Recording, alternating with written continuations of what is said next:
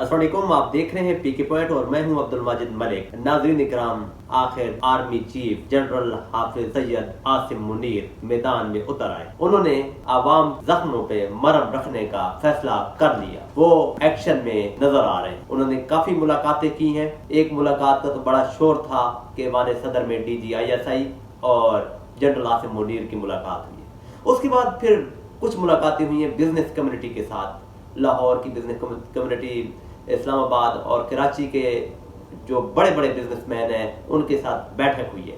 उस बैठक में मईशत को सहारा देने के लिए कुछ प्लान तरतीब दिए गए। तो आर्मी चीफ मैदान में उतर आए हैं और अब होना क्या है, होगा ये कि कुछ स्पेशल फोर्सेस बन रही हैं। सबसे पहले मईशत को सहारा देने के लिए कुछ फोर्सेस का क़याम अमल में लाया जा रहा है, जो कि फिलफौर होगा और मनी लॉन्ड्रिंग रोकने के लिए बड़े सख्त इकदाम मुतवक्के हैं, जो कि जल्द अज जल्द हो जाएंगे, जिसकी वजह से ये अभी फैसले हुए हैं और डॉलर गिरावट का शिकार हो गया है। डॉलर को एक ही झटका लगा है। अभी जब ये फैसले अमली होंगे तो फिर क्या होगा, उम्मीद है कि ये रुपया मुस्तकम होगा, मईशत फिर से जो उखड़ी सांसें हैं फिर से बहाल हो जाएंगी। तो इसमें एक और बात भी मैं कह दूं कि आर्मी चीफ बड़े सख्त रिमार्क दे रहे हैं और सुनने में ये आ रहा है कि जैसा कि मैंने पहले अर्ज किया था कि शिकंजा कसा जा रहा है। कुछ काफी बड़ी बड़ी शख्सियात अंदर सलाखों के पीछे आपको नजर आएंगी, जो कि जल्द ही इन पे जो है वो घेरा तंग किया जा रहा है। ये सारा पूरा पाकिस्तान, स्पेशली सिंध को इस वक्त निशाने पे ले लिया गया है, क्योंकि वहां पे मनी लॉन्ड्रिंग के काफी ज्यादा शवाहिद मिले हैं। तो अभी देखते हैं होता क्या है, लेकिन उम्मीद अच्छी की रखनी चाहिए। और कोई बंदा अगर मैदान में उतर आया है और पाकिस्तान की वाहिद उम्मीद इस वक्त आर्मी चीफ है और कौम को उससे बड़ी उम्मीदें वाबस्ता है। आर्मी चीफ ने कुछ सख्त फैसले करने हैं।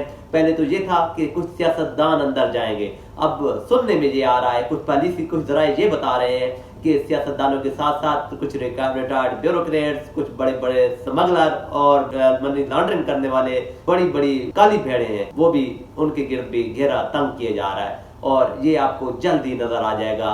ज्यादा नहीं, ये सितंबर जो है उन लोगों के लिए सितमगर्द साबित होगा, क्योंकि ये सितंबर के महीने में काफी ज्यादा ये इस पे होनी है। और रही बात, एक जाते जाते मैं एक और खबर दे दूं कि पहले मैंने अर्ज किया था कि इलेक्शन को भूल जाए, लेकिन अब ये जो मुलाकात हुई है खासकर ईवान सदर में, उसमें भी ये मामला सुनने में आया है। जरा ये कह रहे हैं कि ज़ेर गर्दिश आया, ज़ेर बहस हुआ कि इलेक्शन होने हैं और जिससे मगैया शुरू हो गई हैं। इलेक्शन कमीशन भी एक्टिव हो गया है।